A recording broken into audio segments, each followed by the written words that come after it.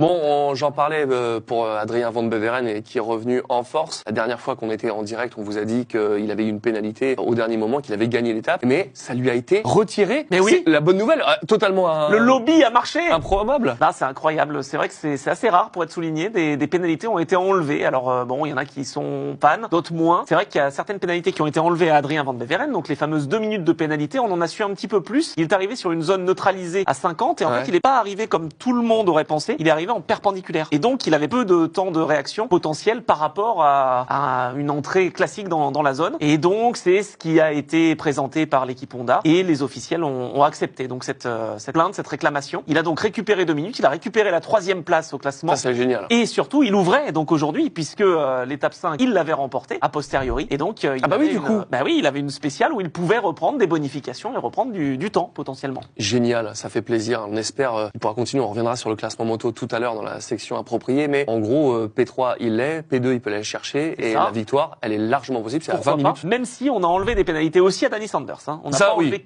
à Van Beveren, justement, à Adrien. C'est sa 6e victoire d'étape au Dakar, donc ça c'est pas mal, et puis c'est sa 15e en championnat du monde W2 RC.